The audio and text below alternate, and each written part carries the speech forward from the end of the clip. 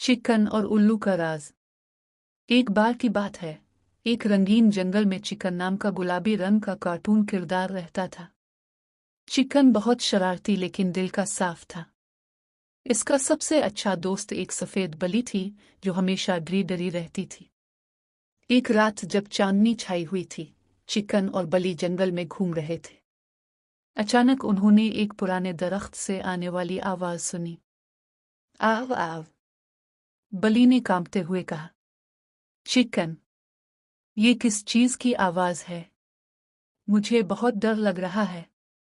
Chicken ने हंसते हुए कहा, चलो चल के देखते हैं, हो सकता है कोई नया दोस्त मिल जाए।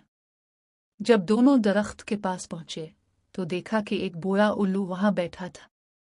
उल्लू ने कहा, मैं यहाँ जंगल के बच्चों को कहानियां सुनाता हूँ, क्या तुम सुनना चाहोगे?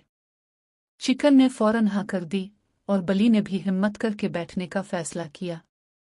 उल्लू ने एक पुरानी कहानी सुनाई जिसमें दोस्ती, हिम्मत और सच्चाई का सबक था। इस दिन के बाद चिकन और बली हर रात इस उल्लू के पास जाते और नई नई बातें सीखते।